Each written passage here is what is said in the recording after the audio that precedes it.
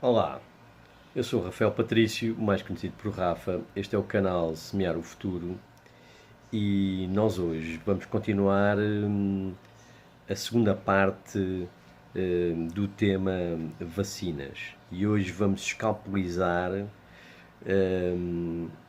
a evolução e o estado de 5 vacinas mais conhecidas e mais importantes neste momento. Roda a vinheta.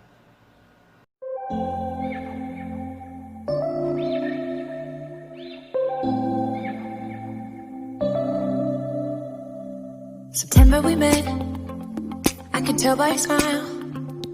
Ora então, vamos lá aos factos.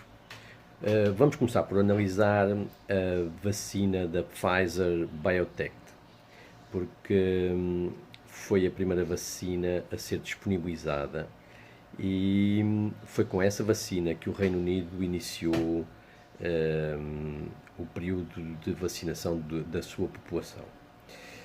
Até ao momento, a vacina BNT162, esta é a designação técnica da vacina, é a mais avançada, pois já foi escolhida pelo Reino Unido, pelo Canadá e pelos Estados Unidos.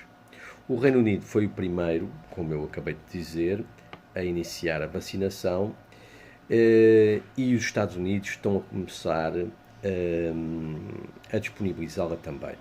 Ela é baseada no RNA, como falámos na primeira parte do vídeo sobre as vacinas, e como já foi explicado, esta vacina contém uma pequena sequência genética criada em laboratório que ensina as próprias células do corpo humano a produzirem proteínas parecidas com o SARS-CoV-2, que é a designação científica do vírus. A partir daí, o sistema imune reconhece e cria uma resposta que protege o organismo de uma futura infecção. Portanto, essa é a técnica de desenvolvimento desta vacina.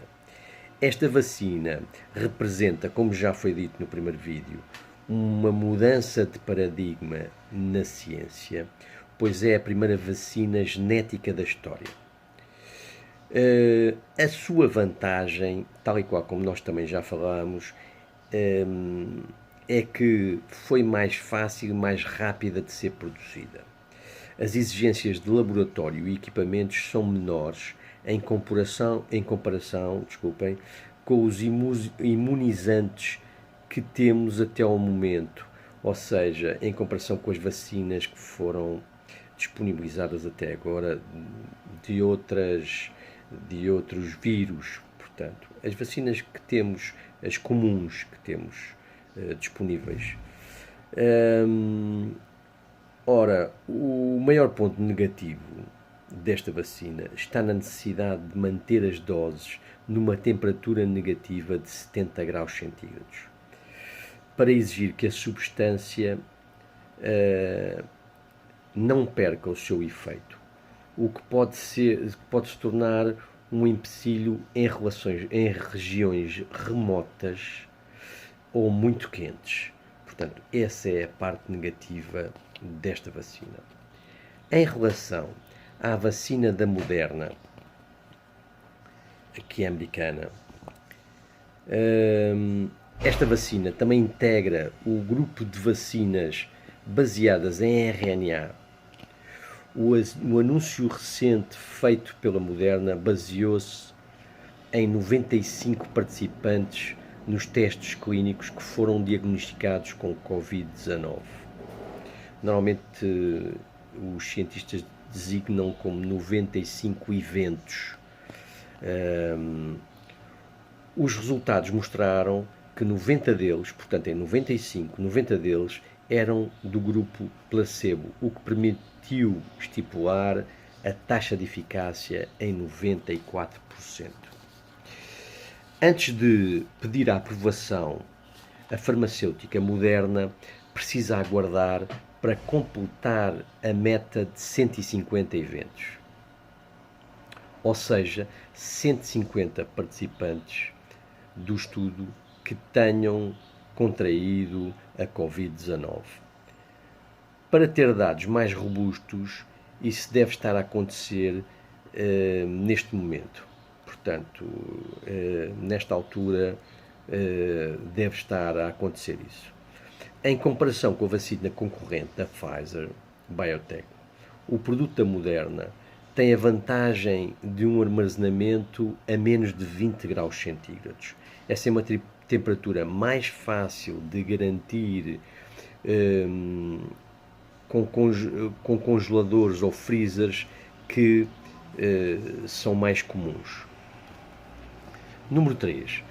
A Oxford AstraZeneca, que é a ligação destes dois, quer da Universidade de Oxford com o laboratório AstraZeneca do Reino Unido, desenvolveram ou estão a desenvolver uma vacina que pertence ao grupo das vacinas de vetor viral não replicante.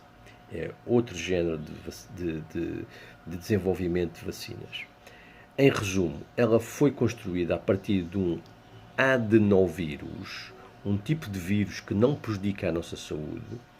No interior dele, os cientistas inseriram alguns genes do vírus do SARS-CoV-2 e essa junção tem como objetivo suscitar uma reação do sistema imune. A vacina está a caminhar bem nos ensaios clínicos, segundo informações divulgadas pela Universidade de Oxford no último dia 23 de novembro. O imunizante tem uma taxa de eficácia que varia entre os 62% e os 90% de acordo com a dosagem utilizada. Apesar das percentagens de eficácia serem mais baixas em comparação ao que foi obtido nos casos da Pfizer Biotech e da Moderna, a vacina de Oxford apresenta algumas vantagens. Tem um custo menor e mais facilidade de armazenamento. Ela pode ser guardada num frigorífico comum, numa geladeira comum. Número 4. É a vacina da Coronavac, desenvolvida pelo laboratório Sinovac. Ela foi destaque nas manchetes há algumas semanas atrás, após a paralisação dos testes clínicos no Brasil por causa da morte de um voluntário. Passados alguns dias, tudo acabou esclarecido, pois o óbito nada teve a ver com a vacina e o estudo foi retomado normalmente. A farmacêutica Sinovac apostou na estratégia do vírus inativado. Os cientistas utilizaram algum método como calor ou substâncias químicas para incapacitar o SARS-CoV-2, de modo que ele não cause infecção ou não se replique dentro do organismo. Tal e qual como foi dito, o ponto forte desta vacina está na confiabilidade, pois a ciência já trabalha com este tipo de desenvolvimento de vacinas do vírus inativados há quase 7 décadas. Então já se sabe muito bem como produzi-las e os principais problemas que podem aparecer pelo caminho. Por outro lado, o ponto fraco é a demora, pois a fabricação exige um rigor elevadíssimo e uma planta industrial mais equipada, ou seja, necessita de uma fábrica mais equipada para poder produzir esta vacina. A vacina também está na fase 3 de testes e espera completar o número mínimo de eventos, ou seja, voluntários com Covid-19, como já dissemos anteriormente, para calcular a sua taxa de eficácia, como aconteceu com a Pfizer e com a Moderna. A refrigeração não será problema, já que as outras vacinas de vírus inativados podem ficar num frigorífico ou numa geladeira convencional. No Brasil, a Sinovac fez um acordo com o Instituto Butantan e o Governo do Estado de São Paulo para a produção das vacinas. Outros estados brasileiros estão a fazer acordos com o Instituto Butantan para adquirirem esta vacina. Em quinto, E por último, apresentamos a vacina Sputnik 5, que é desenvolvida pelo Instituto de Pesquisa Gamaleya em Epidemiologia e Microbiologia. Por muito tempo, a palavra que melhor descrevia esta vacina era um mistério. As primeiras notícias vindas da Rússia, onde fica o Instituto Gamaleya, já diziam que o desenvolvimento da vacina estava em fase avançada de pesquisa. E logo de seguida, o que espantou a maior parte da comunidade científica, ela foi logo aprovada pelo governo russo. Os especialistas, ou seja, os cientistas, ficaram bastante apreensivos, pois os testes clínicos que garantem confiabilidade ao processo de pesquisa não haviam sido registados ou publicitados em qualquer periódico científico. O que é normal nestes casos. A maior parte das vacinas foi publicado nos periódicos científicos existentes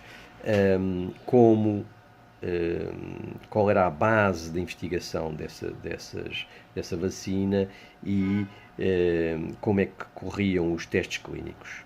De lá para cá, muitas informações vieram a público e, pelos vistos, a vacina é baseada no vetor viral não replicante, como a de Oxford e da AstraZeneca, e foi testada em cerca de 40 mil voluntários em países como a Rússia, Emirados Árabes Unidos e Belarus. Os pesquisadores da Sputnik revelaram uma eficácia de 92% com base em 20 eventos registados. Há especulações de que não requer congelamento, mas essa informação ainda não foi confirmada. Muito bem, posto isto, qual é a minha opinião? Eu divido a minha opinião em dois pontos. Pontos positivos, o ponto positivo e o ponto negativo. O ponto positivo é de que as vacinas começaram a ser disponibilizadas e que, para além do Reino Unido, Canadá e Estados Unidos, é de salientar que a União Europeia já informou que a partir de dia 27 de dezembro a vacinação terá início simultâneo em 27 Estados-membros. Ora, como se sabe, a União Europeia tem alguns países bastante afetados e esse início da vacinação das populações dos 27 Estados-membros vai ser muito, muito importante. Portanto, isso é um ponto positivo.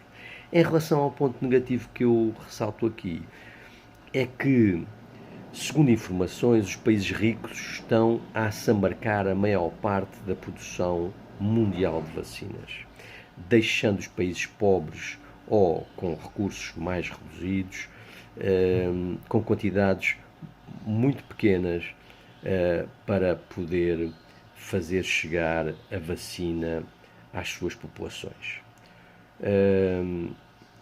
Este é um problema de facto muito grande e que vai fazer mais uma vez a desigualdade entre países ricos e países pobres.